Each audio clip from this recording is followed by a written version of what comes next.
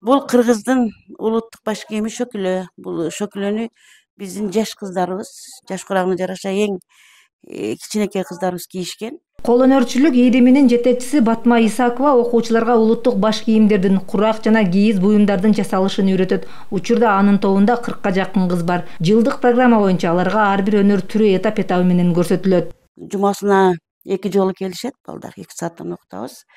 Балдарды кетириш кыйын да, баштаган нерсесин жасап бүтүрүп, аягына чыгарып кетишет.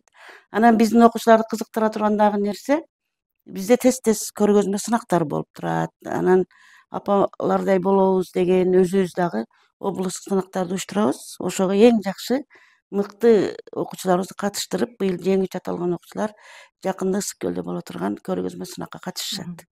Быйыл Борбордо кийиз сыйкыры, кол эмгек казнасы жана апакемдей боломун деген аталыштагы улуттук кол өнөрчүлүккө багытталган жаңы иримдер ачылып, окуучуларды ата-бабалардан калган өнөргө үйрөтүү максаты коюлду.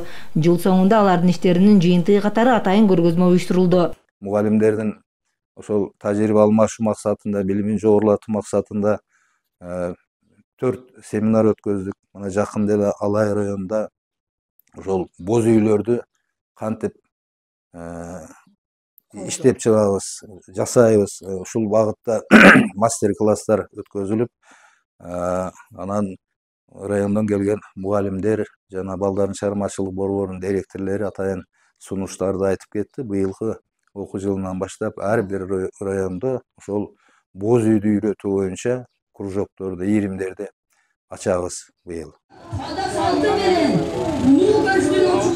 Жыйынтыктоочу көргөзмө Алай районунда уюштурулуп, облустун бардык аймактарынан келген окуучулардын эмгектери коюлду. Ар бир буюм улуттук колоритти чагылдырып, салттуу өрнөктөр менен жасалганы байкалды. Иш-чара президенттин улуттук дем дүйнөлүк бийиктик уңгу жолу жарлыгынын негизинде өткөрүлүп, ал кийинки окуу жылында улантылат.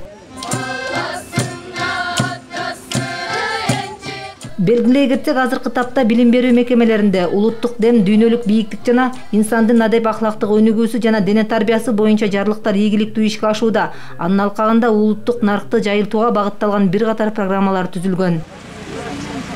Самара Асанова, Улар Кайназаров, ЛТР, Ош облусу.